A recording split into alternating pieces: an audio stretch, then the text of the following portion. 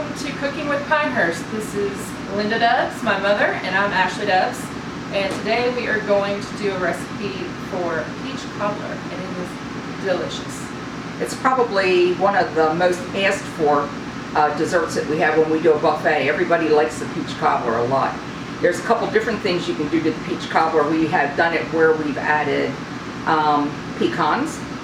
We've done it where we've added blueberries. And we've done it where, yeah, the blueberries were really good. And then we also have done it the same recipe, but we put apple in.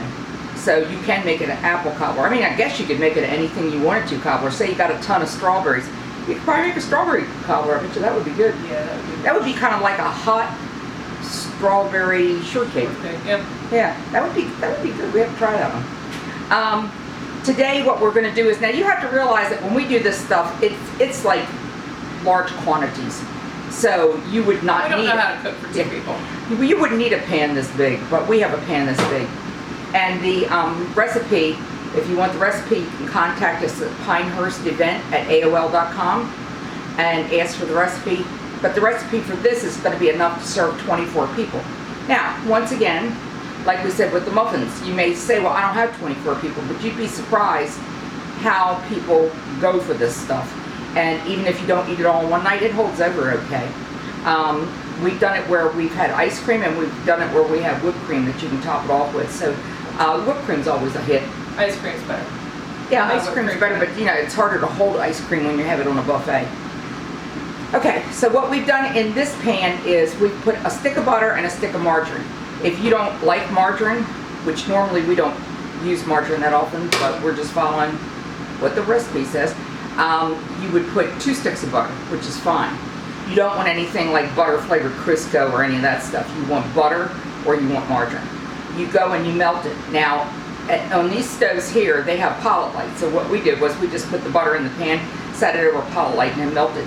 You could put it in the oven. You just aren't going to be able to leave it in the oven a long time without it starting to burn. You don't want to burn, you want to melt it. You can put it in a glass measuring cup, put it in the microwave.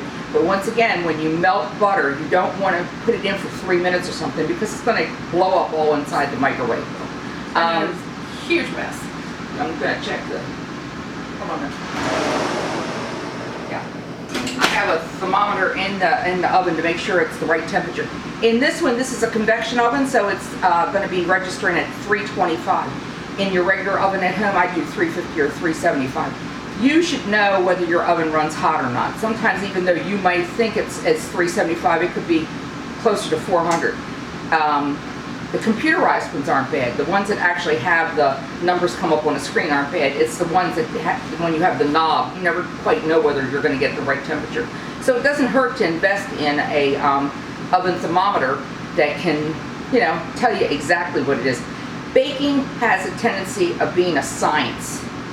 Other things you can kind of fudge a little bit, but when you're doing baking, you need to follow the directions exactly. That's what always drives me crazy when you look on these cooking shows on television or whatever, and people make their comments and they go, it was really good, but it was really good, but I added this. It was really good, but I only cooked it this long. This recipe was horrible. It didn't turn out right, even though I cooked it at the wrong temperature and didn't measure the things and threw in stuff I thought would be good with it. If you have a tried and true recipe, you follow it, and we follow the recipe cards every single time because you want it to be consistent. You want it to turn out. So, you know, it's one thing if you're making a tossed salad, you can throw in anything you want to, but when you're baking, you want to follow the directions correctly. So, 2 sticks of butter or butter and margarine, not just margarine, melted in the pan.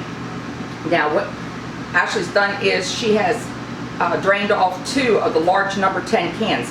If you wonder what a number 10 can is, it's the big ones, the commercial kind of cans. This is 2 cans, which equals 12 pounds of peaches. Yeah. So 6 pounds of peaches per can. Right. And just remember, this is for 24 people. So if you only have 12 of them coming, just use 6 pounds of peaches. These are sliced. They don't have to be the top quality peach. It can be a irregular if you want to. It can be one that's a store brand if you want to, because this is going into a cobbler. It's not like people are going to see it laying out.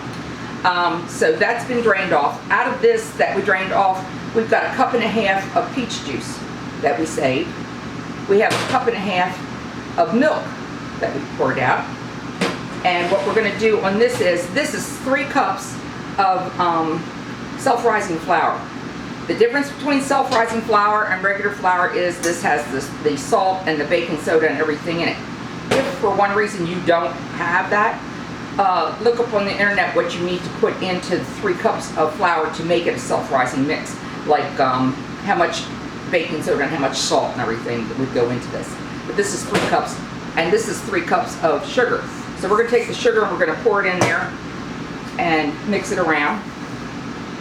Now, what we found was with this mixture, it's really neat to put just a little bit of cinnamon in. You'd be surprised how the cinnamon will just make it smell and taste really great.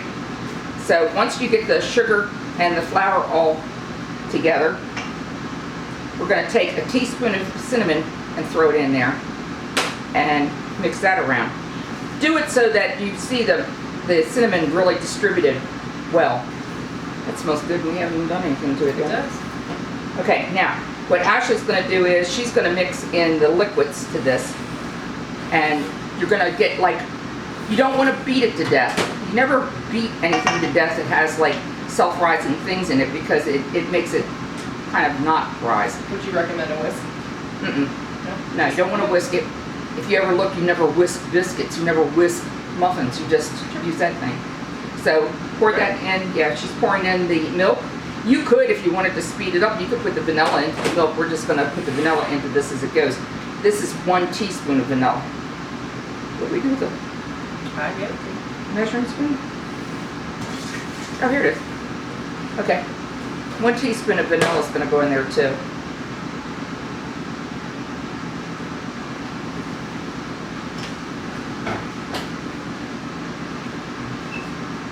So we've got the milk, we've got the peach juice, we've got the vanilla, the cinnamon, the sugar, and the self-rising flour. Remember, 3 cups of self-rising flour, 3 cups of sugar, 1 teaspoon of vanilla, 1 teaspoon of cinnamon, 1½ cups of the peach juice off the peaches, and 1½ cups of milk. Got something a little So it kind of looks like pancake batter, Yeah. or even the muffin. It almost looks like the muffin batter. is what I was Yes, thinking. muffin batter. Now, what you do with this is, and once again, remember what I said, spray this thing. Even though it's got all that butter in there, you don't want it where it's sticking on the sides of the thing. So what we're going to do is just pour that. See how long she beat it? It didn't take long at all. Yeah, it didn't take long.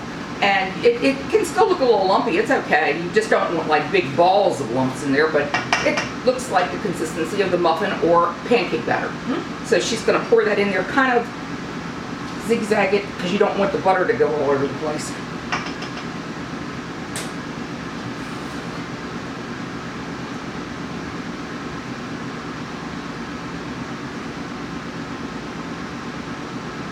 And that way it's not like, if you just dumped it in there, the butter would go phew. And there's nothing worse than butter going phew. And then you get your spatula. Yeah, get your spatula and you scrape out the rest of it into the bowl.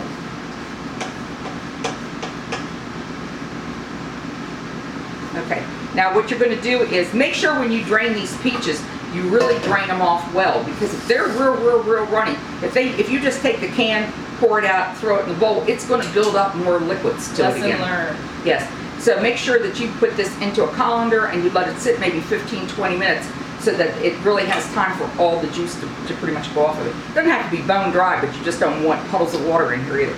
Now you're going to take this and you're just basically going to pour it over top of all that. Spread it around evenly all the way to the edges.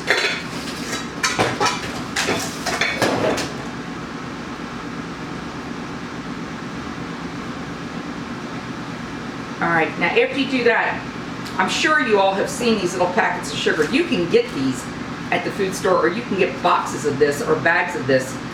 It's the sugar in the raw. It's a little heavier grain than a regular white sugar. It's really better for you too. Okay, that's enough. Now, you're going to take this, and I'm just opening these up because this is how we got it. And you're going to sprinkle it on top. And I've got like 4 packs.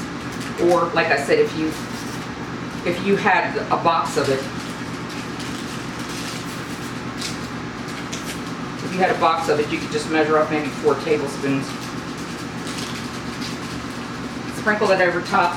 What it's going to do is it's going to give you a little bit of a crunch on the top, and it's going to give you a little bit of sweetness. Not that after 3 cups of sugar goes in it, you really need sweetness.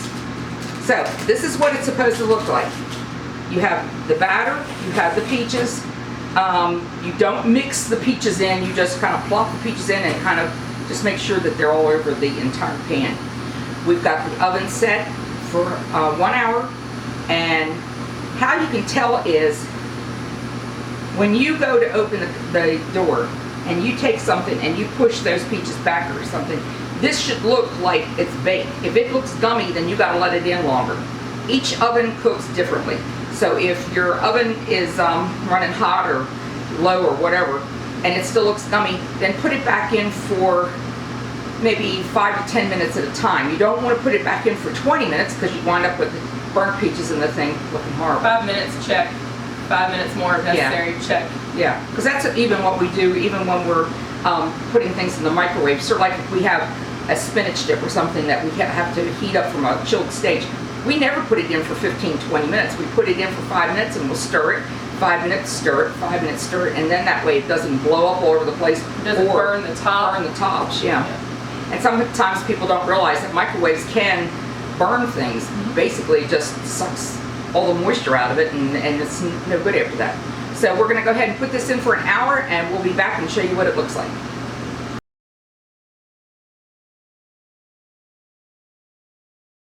Well, welcome back. Now, we just got this out of the oven, and it's really hot, and I can't tilt it too much. But as you can see, it turned out great. Picture that with some whipping cream or vanilla ice cream, and it's great. Well, we were talking while this thing was baking, and we really are going to try the strawberry one and see what happens with the strawberry one, because maybe strawberry blueberry, wouldn't that be good? Strawberry blueberry. A mixed berry cobbler? Yeah, mixed berry cobbler. Oh, that's why they pay you the big bucks. Yeah, yeah. Anyway. Renegotiate that contract. If you want to get the recipe for this, just write us at pinehurstevent@aol.com, or do we have a Yahoo one too? Gmail. Yeah, Pinehurst Event. It's Cooking with Pinehurst. Oh, Cooking with Pinehurst at Gmail. We just started that one, so that's why I don't remember it. Had to add one for YouTube. Yeah, and we'd be glad to give it to you. Don't let things like this scare you. They're not hard to do. You could see how easy it was. Super easy. Yeah. Super easy. Very as long as easy. you drain the peaches. God forbid you don't drain the peaches. Apparently that'll ruin everything. Well, you The did peaches drain were them. drained, You so did yeah. drain them eventually. Draining the peaches does not mean taking the can and holding it sideways and letting it run out. It has to go into a drainer because it'll be too much moisture in this and it won't cook right. So anyway, we were going to show you the prime rib that we have in the oven right now, but it takes too long. So take our word for it, the prime rib looks good. We'll post a picture of the prime rib when it comes out on Instagram. We have an Instagram account, so look under Instagram and you can see some other pictures of other things that we've done. If there's a recipe that you've been thinking about and you want to give us an idea about it, we'll be glad to put it on the air and show you how to make it. So, other than Like that, and subscribe if you'd like to see more videos. subscribe because it tells you when we've posted the next video, and it. And we all know you can't wait till the next one. I know.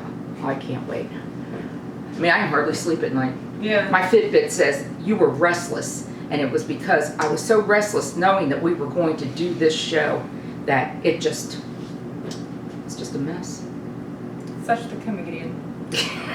Anyway, thank you so much for joining us, and we'll see you next time. Bye. Bye.